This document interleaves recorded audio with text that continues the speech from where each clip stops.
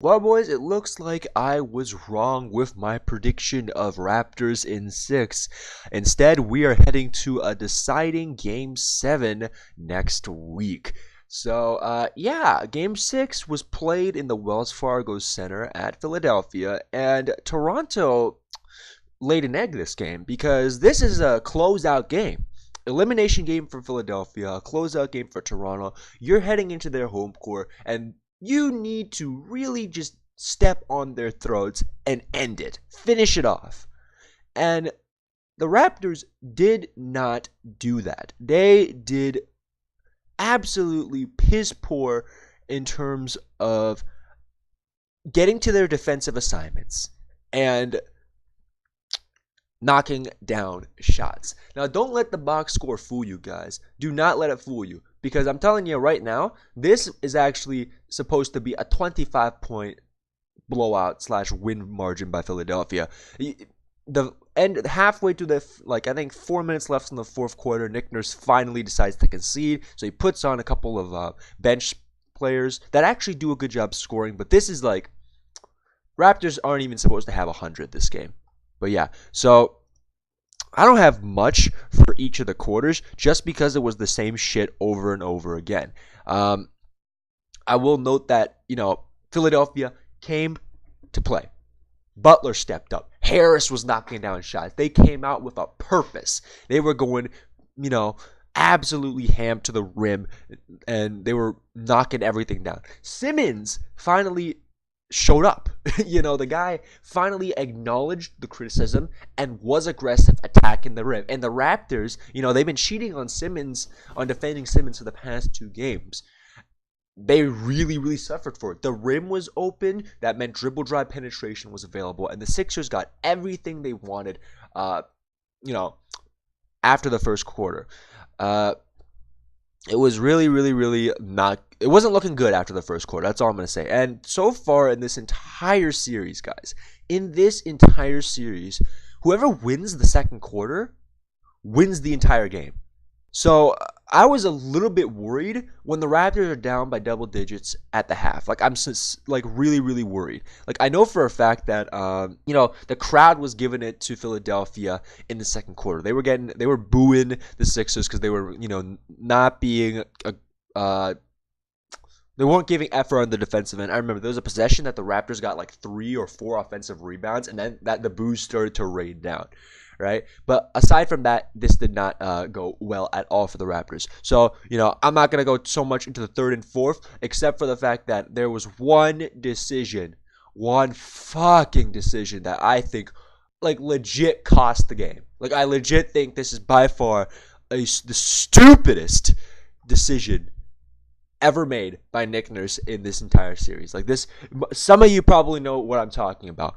But we're in the third quarter, right?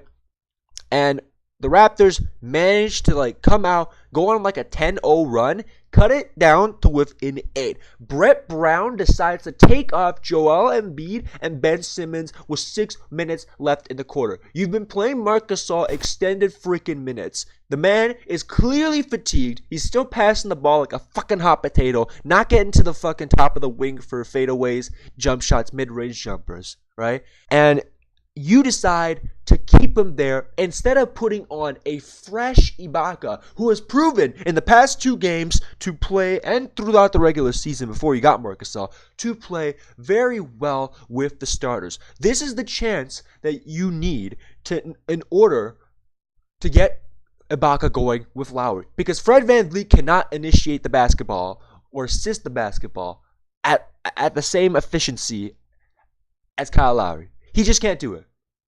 So why you stick with a fatigued-ass Marc Gasol and don't capitalize on the size and rebounding advantage that you currently have in 4 minutes is beyond baffling to me. You literally let Philadelphia and Brett Brown get away with putting their 2 best players on rest for an extended 3 minutes, Nick Nurse. What in the fuck was that thinking? What? That's Dwane Casey syndrome. Dude, Gasol, there was like 3, 4 possessions that Gasol either like kind of fumbled or he just was just completely out of it. The Raptors did not get a bucket for the 4 possessions that Simmons, or 4+ possessions that Simmons and Embiid were off. Every time he passed it to Gasol, he either missed it or he could not get the bucket in. He's fucking fatigued, man. The man you're playing him 36 minutes. I know this is a closeout game, but manage your minutes better. Serge Ibaka only played 22. You know what? Take those 6 minutes off Gasol, slap it onto Serge Ibaka. You have a different game most likely. Because I tell you something right now. Ibaka missed all those shots later in the game because you didn't give him a chance to get going in the fucking, third quarter. You put him on like you did in game 3 in spurts that really, in where he could not get his rhythm established. What in the fuck? And then he played Van Vliet, which, you know what, like, I know, it's to give Lowry rest. He was bad, but, like, I'm not going to say he was a complete disaster because, well, actually, no, he was. But, like, he did his job in giving Lowry rest, right? If he can limit the amount of damage he does to the Raptors, so be it. Play him on. But come on, man. 22 minutes? No. 16 minutes? No.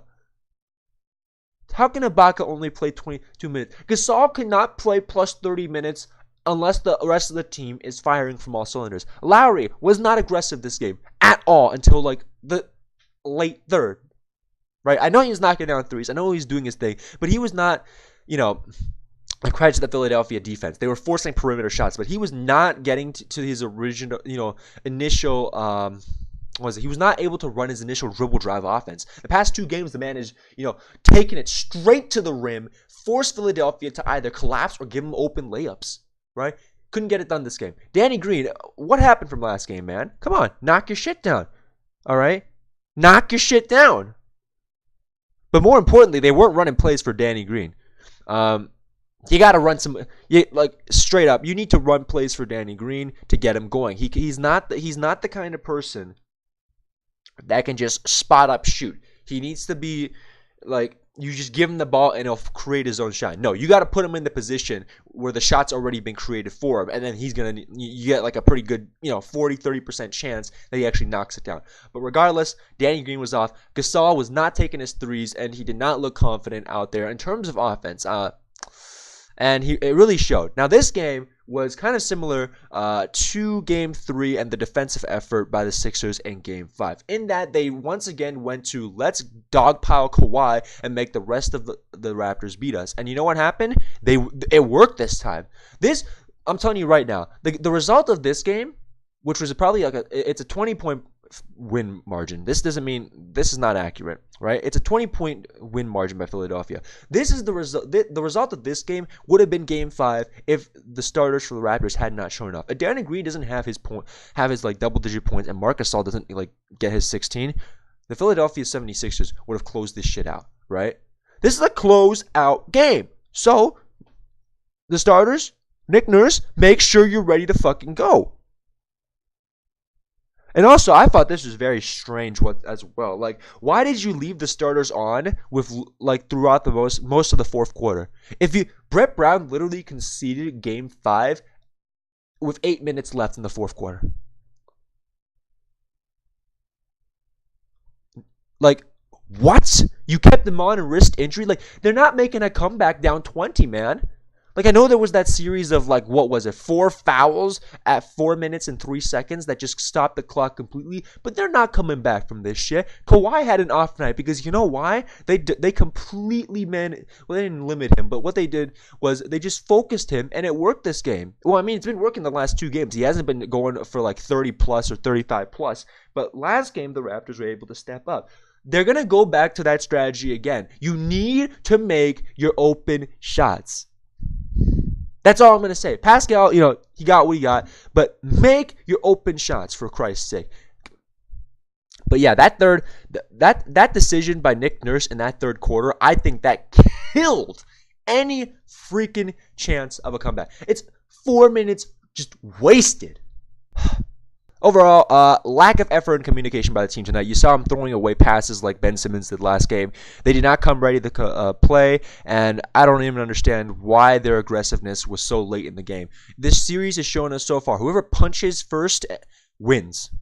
So, yeah, guys, I'll see you after a Game 7